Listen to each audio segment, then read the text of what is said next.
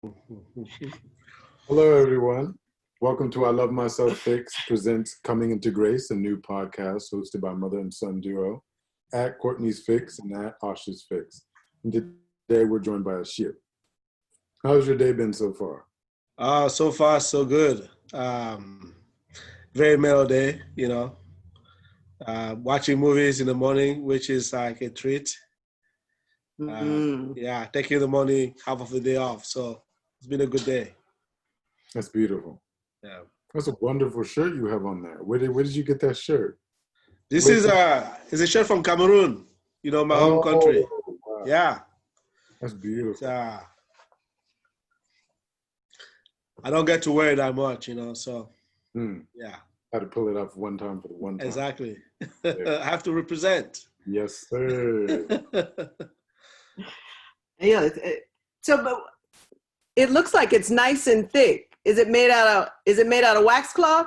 Yes, it is. It's like authentic, African fabric. Yeah. Mm. Yeah. It's beautiful. I like that. Nice. Achille, may we ask, and will you share with our listeners what it is that you do for your occupation? Okay, so my name is Achille Massoma. In Cameroon, though, if I was like with my family, they call me Massoma Mambaka Achille. That's how. Massoma Mambaka Achille. Yes, which means that Mbaka, which is my father's name, is thankful for Achille. Wow. Yeah. So I like that word. that's a quick introduction, to Douala there for those who, is one of the main languages in Cameroon. So yeah, I lived in the US, for almost 20 years now. It's kind of hard to say that because I always feel like I'm 25, I came here for school, then I stayed, worked, started a few businesses. Currently, I'm running a business called Ibariki Media, and we make video games. Well, our tagline is that we make fun video games for global consumers of Black culture. Because we realize that although, a lot of youth, within the Black community play video games, and in Africa and in the larger diaspora in London, in Europe, other places in Europe, very small amount of, of the content actually represent the Black experience. Or even when it represents that experience, it doesn't represent it in a very positive, way. Right. So we decided that, we are going to, make video games that, talk about Black experience, that, emphasize on Black characters, and tell stories, that, represent who we are and what we do. Realistically, not all like, positive, but in a very humane and, a realistic way. Yeah. So beside that, we also realized that the tech industry here, the gaming industry and the tech industry at large, there was a very little representation, of the Black community. And it's not because, they don't have the capacity to, participate, but they don't have the opportunity. So in Berkeley, we have a center, where we train youth in technology at large. Not just, coding, programming, but really what it takes, I'm sure you're familiar with video games, and that, they're just like movies. You need different type of skills. You need people who can write story, people who can, program, but you also need artists, right? We are, creating courses for Black and brown youth, to help them, demystify technology. No, yeah, that's a wonderful concept, beautiful little niche. I'm actually not someone who played video games when I was younger, but I would love to check that out. I would love to check that out. Love to check that out. That's beautiful. What ages does the center serve? Well, I mean, we serve, right now we're working mostly with high school students. Mm-hmm. We've had workshop for middle school, but actually we want to go as early as like 5, 6. Yeah. You know, I mean, so that it just is second nature to them, you know. Absolutely. Yeah, but we work mostly with high school and middle school kids right now. Mm-hmm. Yeah. I mean, that's good too that you said that, because to me, when I think of technology, I also think of it hand in hand with math, and I think of it hand in hand with science. It's all STEM. And generally in America, where the slide starts to happen is somewhere around 3rd to 4th grade.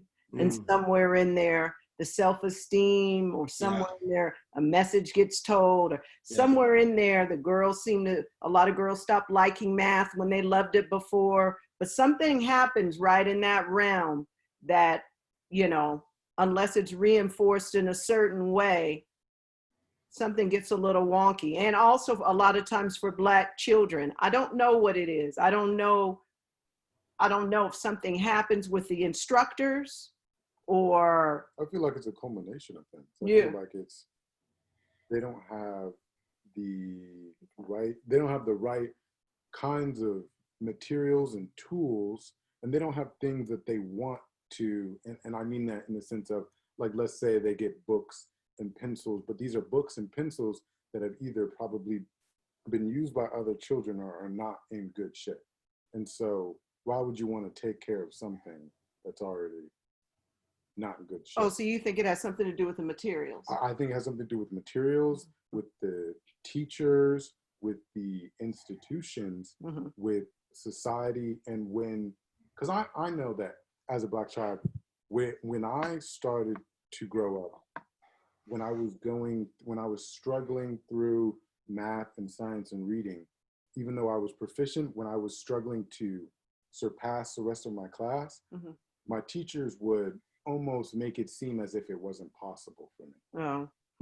And so I mean, I can totally relate to that. I think that the lack of expectation, you know, right, from not only, I mean, yes, I think that, you know, the vast majority of teachers in the United States, I mean, white women, you know, so they are in charge of educating kids. And I think there's a fact that first, they don't know how to deal with, you know, Black kids most of the time, or just don't want to deal with them.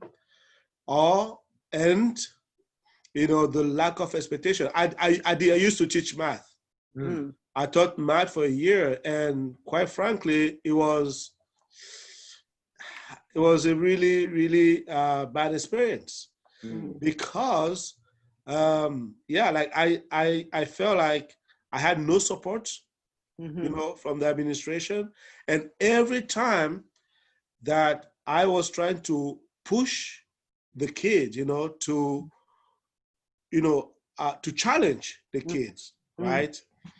I would get reaction, you know, from my white counterpart that, oh no, you know, we just want them to be here, to be calm, you know, we don't want any trouble. So there was like, you know, there was just, because they didn't think that they were capable, you know, they didn't even think that they were capable of, you know, doing that kind of stuff. But at the same time, you know, my best students were 3 Black girls in my class, you know. So yeah, I mean, I remember I had an assistant, you know, when I give them like homework, you know, in class, and I give them like an equation, you know, to solve. And he will tell them that they actually have the solution when they don't know how to, they didn't solve the equation, you know? So, I mean, it was just, it's basically, programming them to fail. Right. And I think that you also have the family environment.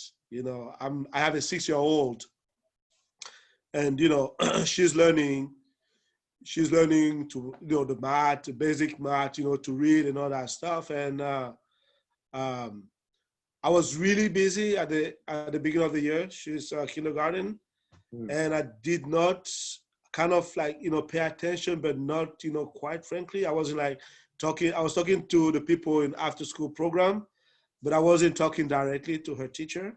Mm-hmm. And she started feeling like she was not as smart as other kids. Mm-hmm. But when the COVID thing hit, I had to spend a lot of time with her.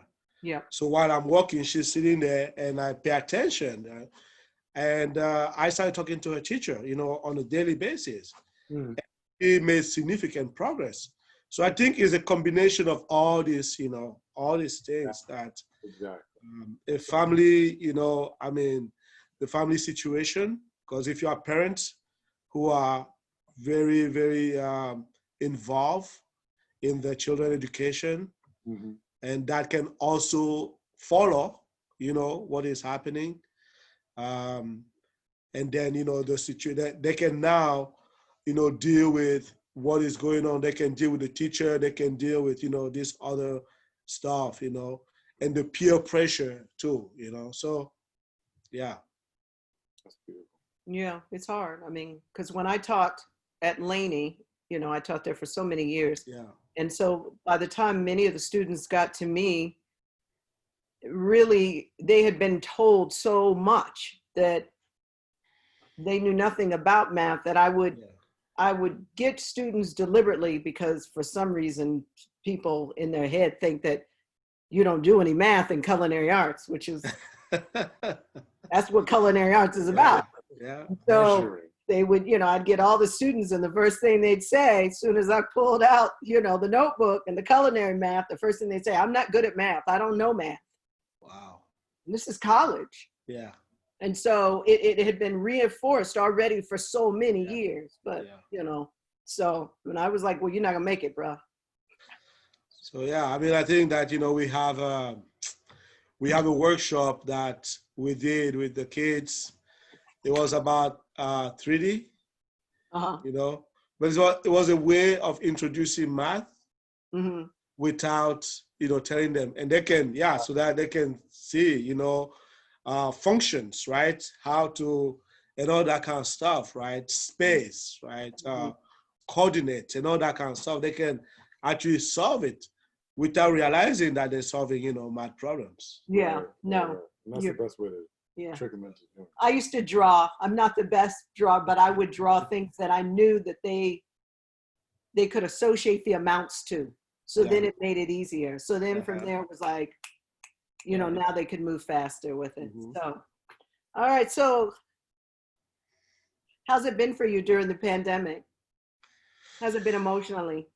Has it been hard? I mean, it's been a roller coaster, It's just, I think that the beginning was harder, just because, I mean, this year we had plans, and, we had a number of things as a company, to achieve.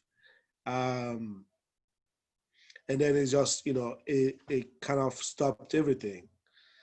And also personally, I mean, it's a scary thing. It's a scary thing. And I didn't know how to adjust, how to not only protect myself, but also, protect my kids from all of that. Not being able to work as usual, how's that gonna impact my financial situation? So yeah, it's just it was, specifically the beginning was really difficult, but I mean, I think that we have a certain dose of resilience, as you are, you deal with a situation, you find resources within yourself that you didn't even imagine. Mm. I mean, so right now, things are stable. I have to say, things are nice. I'm actually enjoying it. Having time, spending time at home, working from home.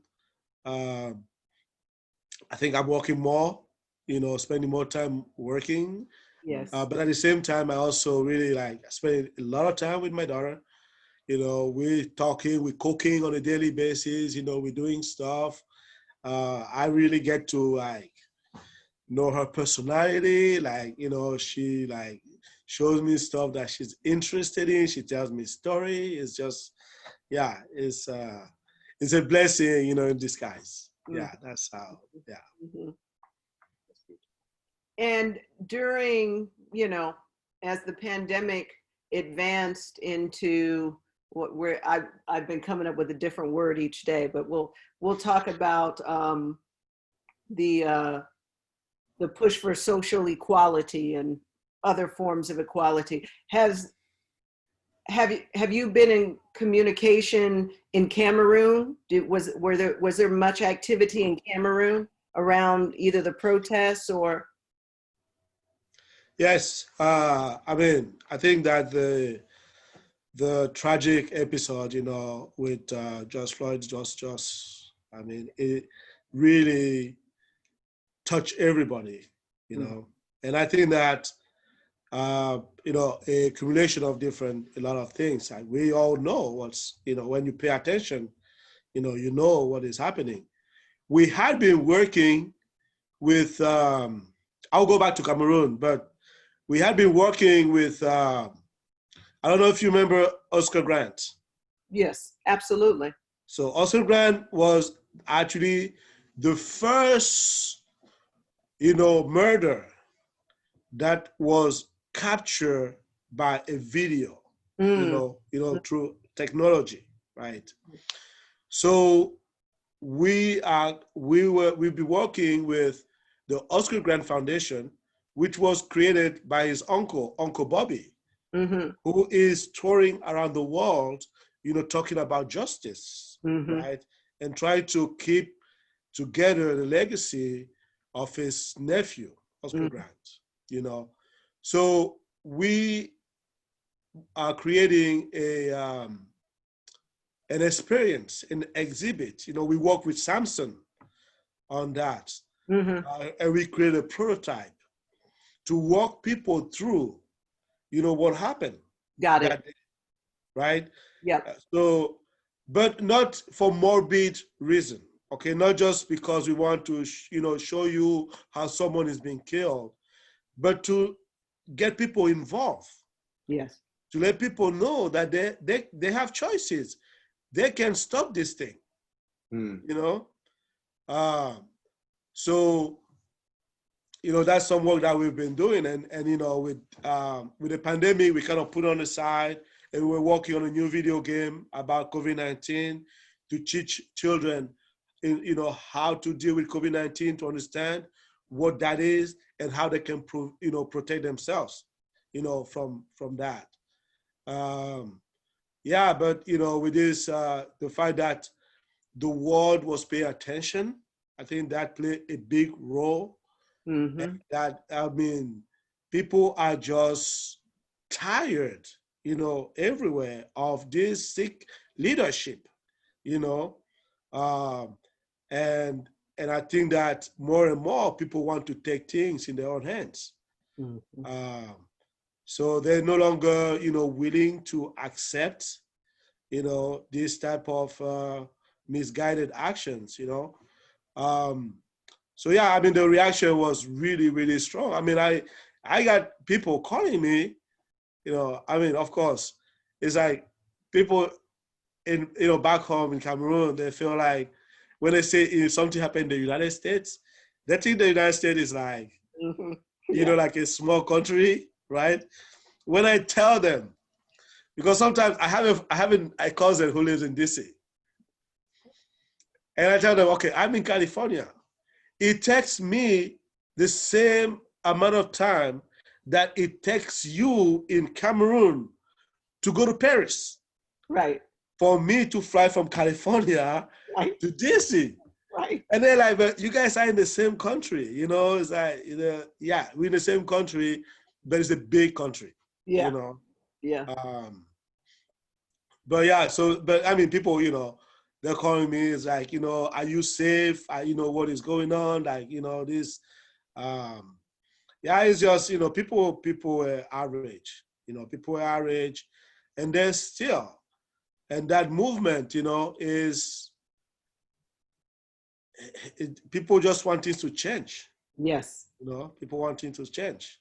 Yeah. And I think for the first time, actually the African Union reacted and put a motion against the United States. Yes. Which is the UN, which is unheard of. Most of the time they just bow down, right? I mean, like, and now you have talk. I was participating in a number of talks, within Africans, and and people are like, we need to summon American ambassadors, and really put upfront the situation of Blacks, Africans, people of African descent who are in the U.S. and who have been not just in the U.S., even in Europe, right? Right. No, right. Because and that there is a need. Worldwide. It's worldwide. Yes. It's worldwide. Yeah. That's the thing. Yeah. And that is a need for us, Black people to come together and, to organize in a way that, because I mean, one thing too is that we're not showing strength, in terms of our capacity. You cannot do that to a Chinese person. You cannot do that to a Jewish person. They will all stand up, and protest, so, that's, but I'm really happy with the strong reaction that, I'm seeing. And I hope that things are not going to go back to to normal. Yeah, I agree. mean, quote unquote, Yeah, no, I know what you mean. It was, for me, when I saw the images, I remember, to your point, it's like when I lived in Paris, I got out there, but I mean, there was, from one of the colonies, every weekend, there was a protest, generally on Sunday. If it wasn't the Senegalese, if it wasn't the Gambians, if it wasn't, there was somebody was protesting almost every weekend in Paris. Yeah. It was always very calm, and the numbers were small, Yeah. Because, I mean, they're protesting every weekend. Yes. But when I saw the images, and I saw that flow going down the Champs, I was like, yeah. Yes. I was like, yeah. No, I mean, and I have to say though, I think the millennium, I mean, for me, I have a lot of hope. Yeah. Because I mean, I'm 45. Yeah. And when I came here, people like my age were not really that interested in Africa. They didn't want to have anything to do with it, or when it's just like, this land where very savage land. But what I see here with our young brothers and young sisters, I mean, they are proud.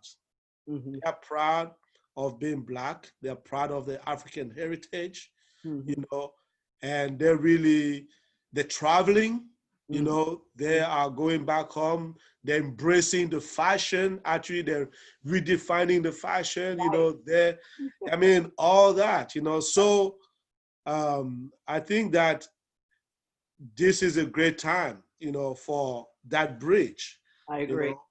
To have people back and forth, coming, and working together, doing stuff together, This is it's a very hopeful time. I agree. Yeah. I agree. You have anything? What was life? What was life for you when you were a child? What did you want to be when you grew up? Well, I mean, I was changing my mind every day, today. But I mean, So I grew up in France. And the French educational system is that by the time you are like in 6th, 7th grade, you kind of like have to, find an orientation. So if you're gonna study like literature, economics, science and all that kind of stuff, I really liked reading and, writing and stuff like that. But my dad wanted me to be a doctor, So I went to the scientific, training so that I can go to medical school. And then I didn't pass the exam, for the medical school. And I started to study philosophy. And I, finished. I got to finish school a little early because I jumped a couple classes. Then went back to Africa, to Cameroon. But I wanted to study more. I didn't speak English then. I wanted to really, speak English. I wanted to be fluent in English. And also I wanted to study economics. So I wanted to understand how business work, how economics and stuff. And through a set of, opportunities, I came here. And then I went to, business school. So, I mean, what I wanted, like when I was younger, imagining my life, I knew, it was like, we knew, it was like, are you going to be a doctor? Are you going to be an engineer? Are you going to be a journalist? Are you going to be a lawyer? It was never a question whether you're going to, graduate college or not. No, that was not a question. That was implied. That, but yeah, what field are you going to, serve in? And I really I had these fantasies of being like a writer and living in like a small village in Brazil, I don't know why in Brazil, but like, it was just fascinating, yeah. So, but then when I was like in my, 19, I started thinking about the United States, and then I was able to come here, and I went to business school. And I love it, I love being an entrepreneur. I think that's, to me, is a way that I express my creativity, the most. Yeah. That's beautiful. Thank you. Thank you very much for sharing. Yeah. Did you play soccer as well? Weren't you a soccer? I still play soccer, I mean, now for fun. I'm yeah, but I did actually, I almost went professional. Yeah. Yeah. But then I got hurt. I got hurt when I was 16. And that was, if by 18, you don't sign a contract, your chances are, less and less. And for like a year, I was out. I even had difficulty walking. And the doctor was very skeptical. So I was in France then, and then my grandfather said, okay, bring him back, And my grandfather was, he was a chief, he was a chief in a small village. But I mean, he was also one of the educated, he was involved in politics. He worked for the government, high level government, but at the same time, traditionally, he was a chief and he knew how to work with herbs. He knew, some stuff. So he worked on my foot for like a year, and I came did some plant-based stuff, some prayers, some, African juju, and, stuff like that. And my foot healed. Because, I mean, I was told that I cannot, I can no longer play sports. Yeah, but my foot, my foot healed after like 6 or 7 months of being there, And I was able to resume normal activity, play soccer again and all that stuff.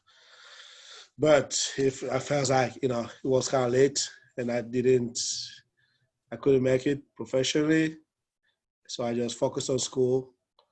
But I mean, yeah, I play soccer, man. Soccer is my thing. Like, I'm in the zone, when I play soccer. Like, if I play soccer at least once a week, Yeah. I'm good. I have two things though: salsa, Cuban salsa, and soccer.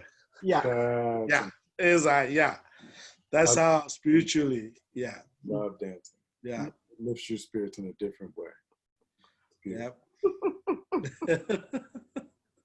Well, I'm laughing because that's how we met, dancing. wow. Yeah. That's how we met. Yeah. So, Do you have tell any us. questions for us? Oh, I have one more question. Shia, what ideally would you love to see happen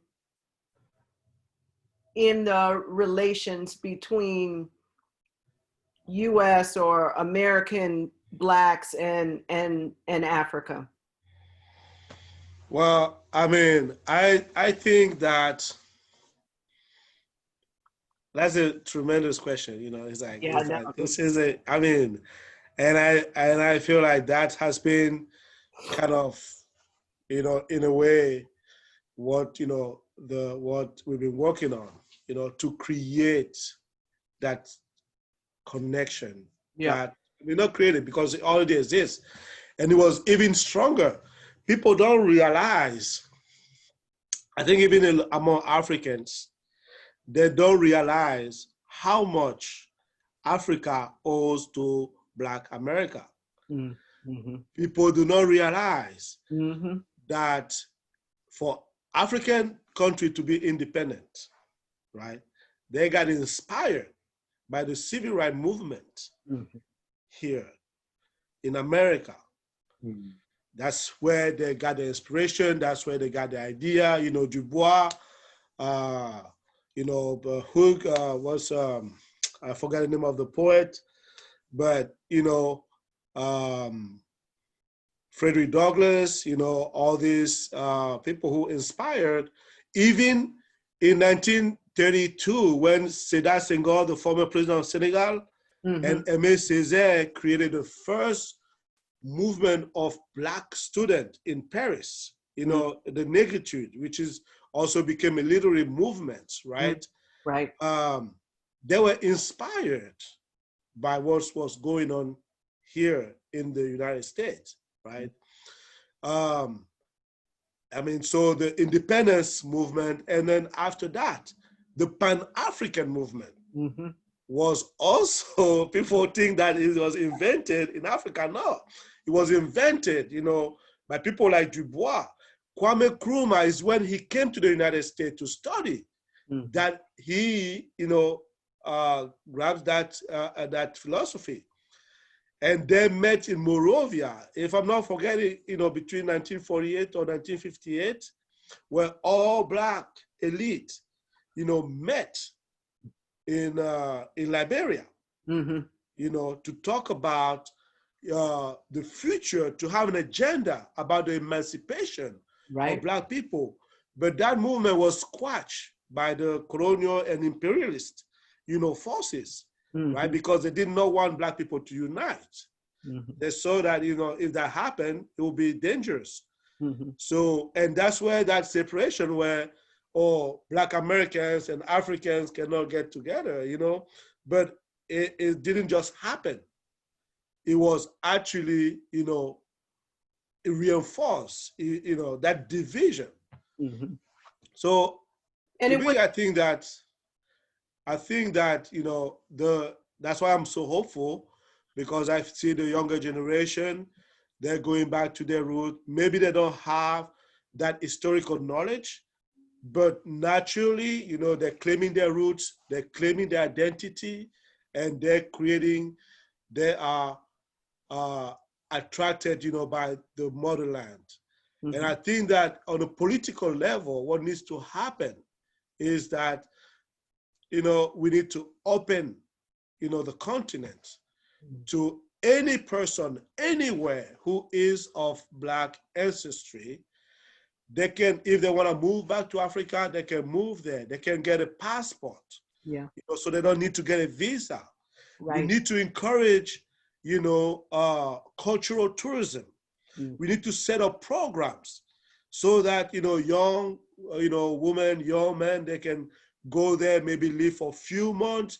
They can get involved with the community. They can also help that community. They can go there, teach. They can go there, heal. They can go there and they can learn the tradition, so yeah, we need to set up, that kind of, structure and in a different level, artistic level, that collaboration, where musicians come together, create something, fashion. We need to start, encouraging this type of initiative and open up the continent to our sons and daughters that want to come, either do something there or come back to live. I think that is, it has to happen multi-level, private. We can start with private initiatives, then put in highlights on that, and then lobby government and have an agenda, to push it, so that, yeah. And I know that that's already, some of that is already, starting for sure, in Ghana. And then, there's certain countries that are lowering their, even Morocco is like lowering the needs to be able to come there and stay for longer periods of time. But you're absolutely correct with that concept of it being wide open, and it not being one where, because, we know that part of the trick is, for some countries you go to, oh, well, then that means you have to give up your US passport, or, that's part of the trick. That's part of the division. Yeah, yes. But absolutely, because there's just, there's so much beauty and there's so much availability for building, for building more. Yeah. The continent is huge. Right. And it's not populated. We need people.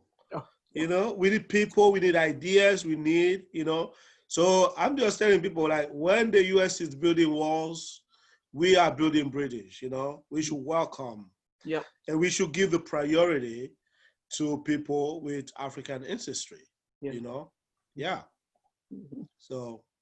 Well, I'm on the team. So yeah, I think that's where we should go.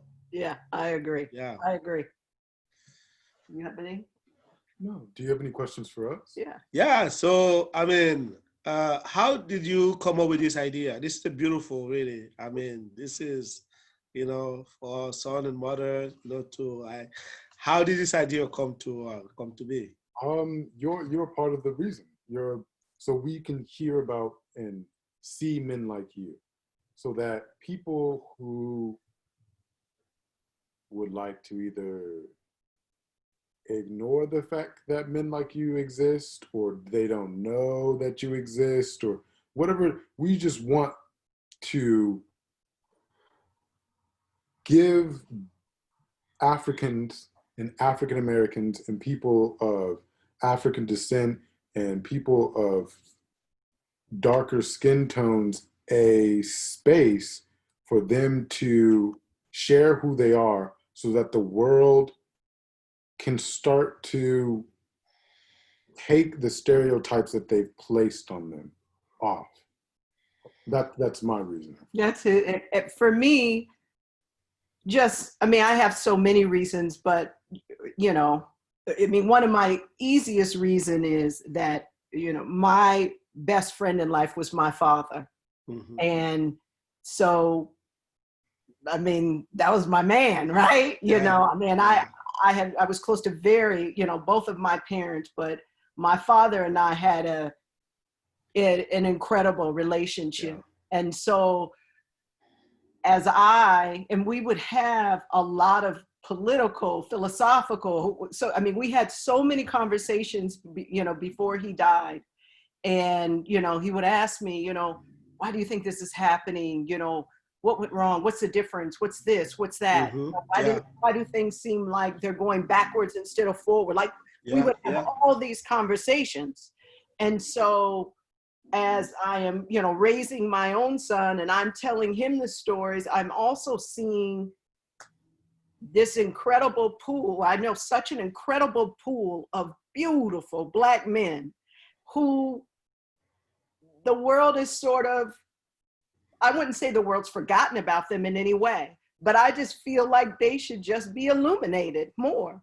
And that they should also be able to be told outside of their family and outside of maybe an award or maybe because they made a certain amount of money, that they're beautiful and that other people love them, and that, or even a way for them to voice their opinion and then maybe watch some of the other ones and get that there are other men in the same positions or different positions or opposite positions that feel exactly the same way, that are expressing it in a transparent way.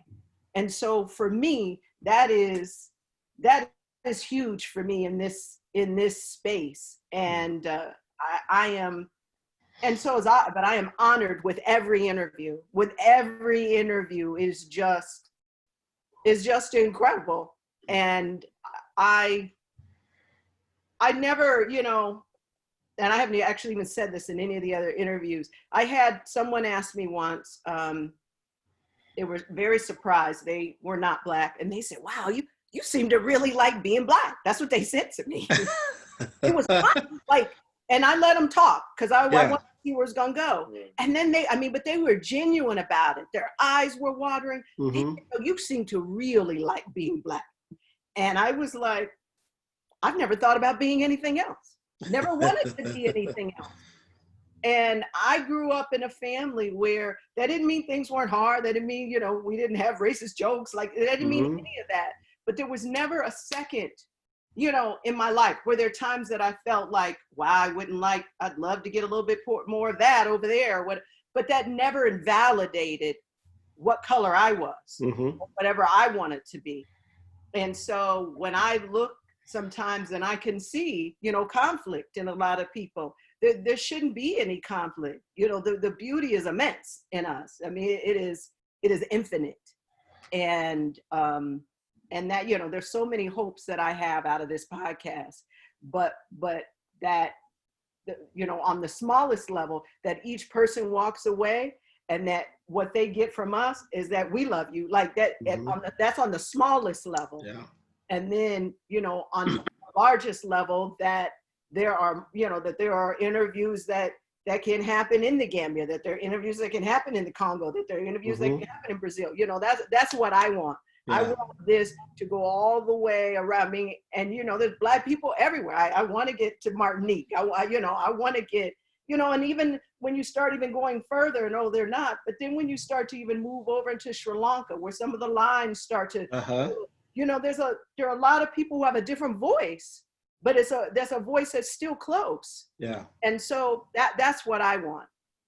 That's what I want out of this. So, you know, pass us along, man. No, that's Ash. So you, if I remember well, you had the opportunity to live outside of the US, right?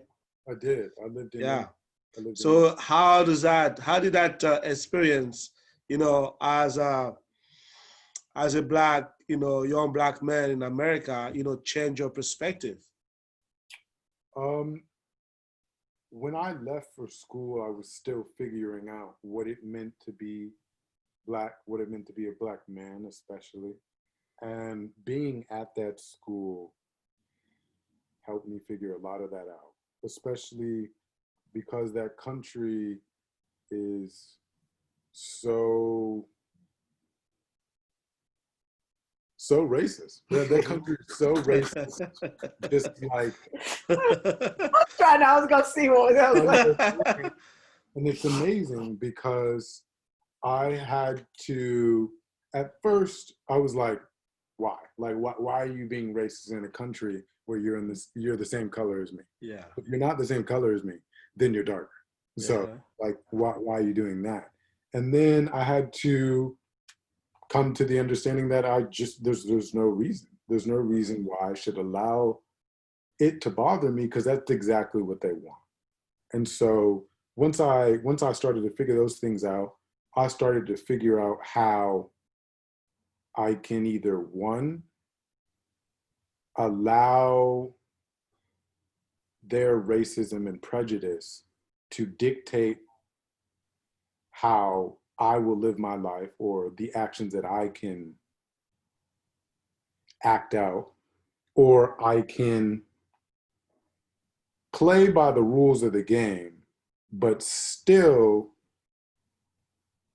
you can a lot of people I don't white no Caucasian white people they do this thing where they set up all these rules to confine you, and then when you start trying to find ways out of the rules, they start using semantics to like put a blind up so you can't see through.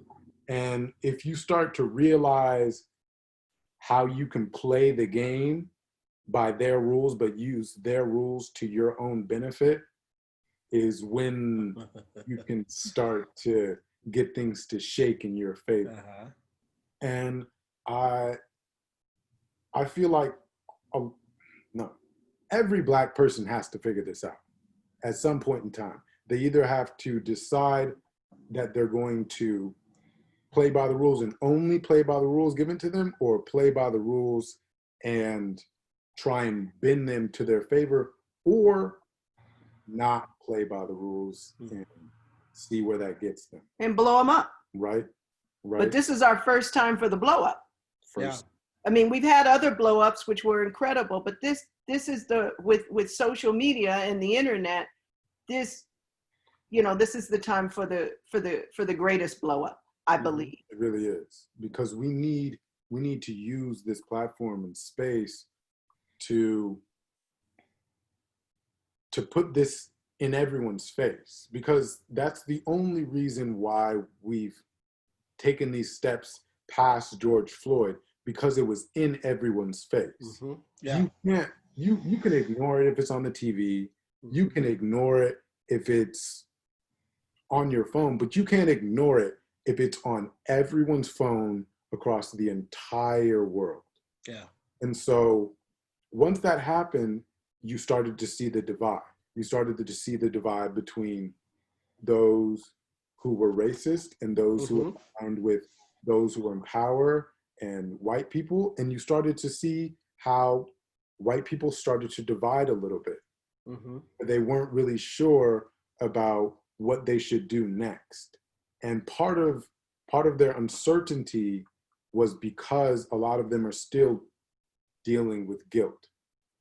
And that's perfectly fine and okay, but you're allowing your guilt to stop you from making changes or making any kind of forward movement.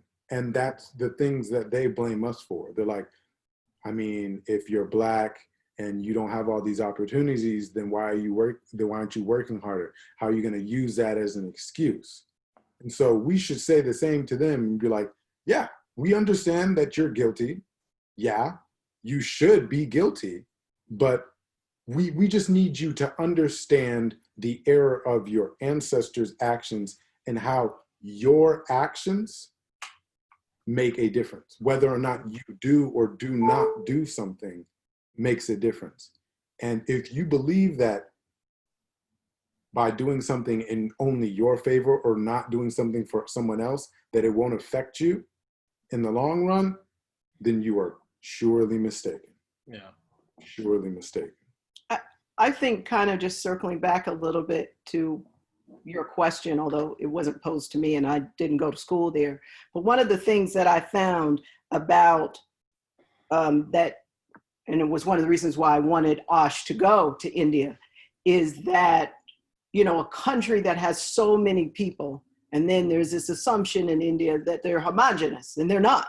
There are so many different types of people that live in India who are all Indians, and then there's also communities of Africans that are there that are still decades old, but with all that said, that there is, which ties into what you're saying, that part of this whole system is the pervasive lie. Exactly. It's the pervasive lies that have been pushed around the world, and we'll give it 500 years.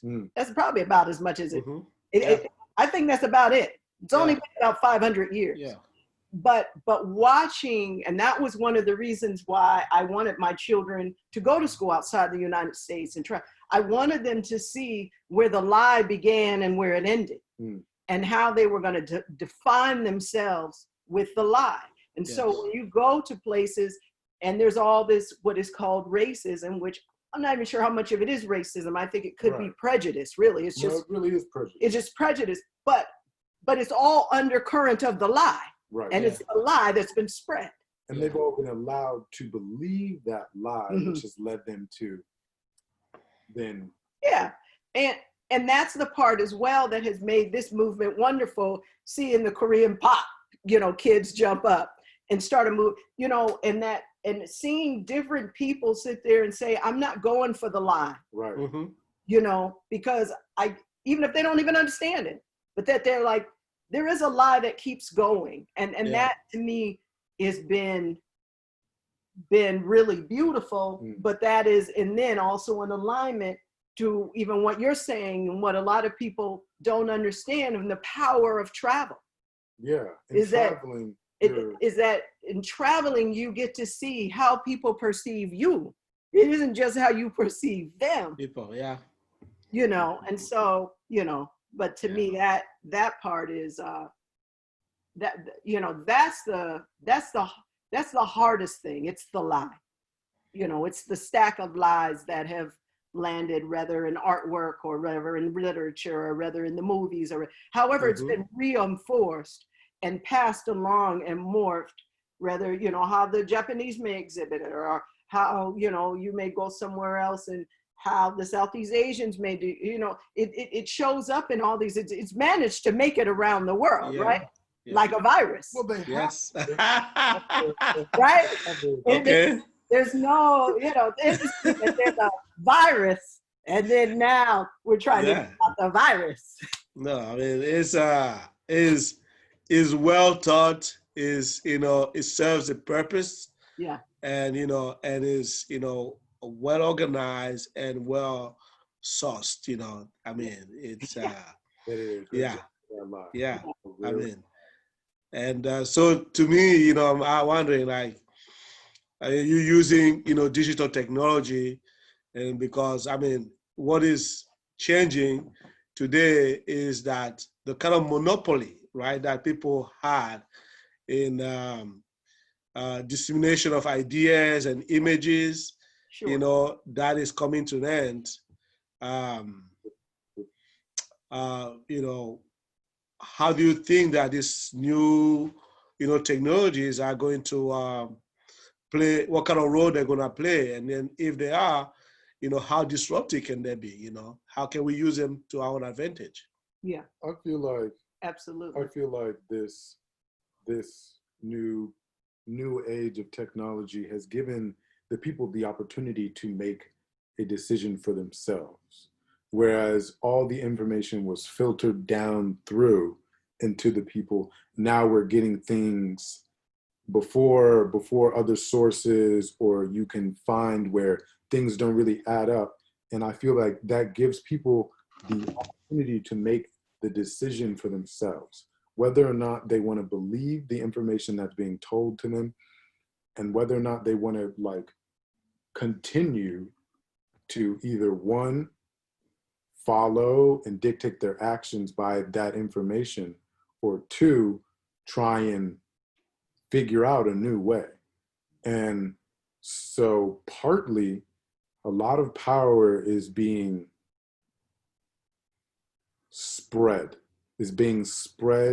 through the world to a degree, because there are still very many of us who do not have access to this technology.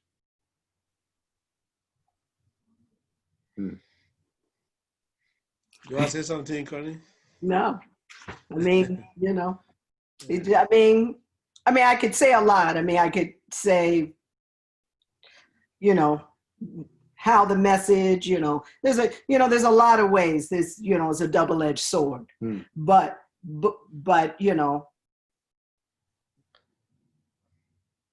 on the whole, it is a phenomenal sword. And if we continue to use it in programs and things, and different mechanisms like what your company is developing, and if we use it to continue to make videos, if we use it in so many other ways where it is informative and still entertaining, and it doesn't, if we continue to use it in that way, then we will win. Everybody will win. And but again, one of the things that was illuminated during this pandemic was how many young people, African Americans, who did not have computers, who did not, when it turned to at home learning, they didn't have a way. And and there were so many other circumstances happening that was inhibiting that learning process, which is indicative of larger issues that we are discussing here. So, there's so many components, as we well know. Every super good, amazing thing that humans have created, even if we haven't created them. Like, let's say love, for instance. Love is one of the most powerful, strongest things on this planet. And yet, when used incorrectly, can do really terrible things. And it's like that with all things. People say guns protect. People say a sword. I mean, there's so many things. You can point that out in every single thing. So we just have to continue to understand and listen to the things that we perpetuate throughout life. Like, they've created the society to make us all pitted against each other. But once we all understand that we're on the same team, and if we all fight for each and every single one of us, then we're all going to make it. But if you only fight for those closest to you, or you and your family, or just you, then people will do the same. And if everyone's just focused on themselves, then how you gonna make it? Cool. I think that's a perfect ending point. Yes, ending with a message of unity. That is right. Like, we're all in this together. Yeah, we're all one race. So we're all one. Absolutely. Yeah. I can live with that. Yeah. Yeah. You kind of have to, unfortunately. Yeah. We're all here. So, all right. Well, with that, we ask every guest at the end to look in the camera and say to themselves, I love myself. So now it is your turn, Achille. Okay. Uh-huh. I love myself. All right. We love you too, Achille. Thank you. Uh-huh. And I receive the love. Yeah. Yes, much love. Yes. Yeah. Yeah. This was wonderful. Thank you so much, for what you're doing, and for, creating this space and this time. Yeah, it's very beautiful. Thank you for your time. It means a lot to us. Thank you. All right. Okay. I'm going to wrap up. Hold on one sec. I'm going to, I forgot. I'm just like talking back forth. Thank you so much for joining us, for coming into Grace. Please join us for our next episode, presented by Love Myself Fix, knowing who you are and loving us for it. We love you. Love you, Achille. Love you back.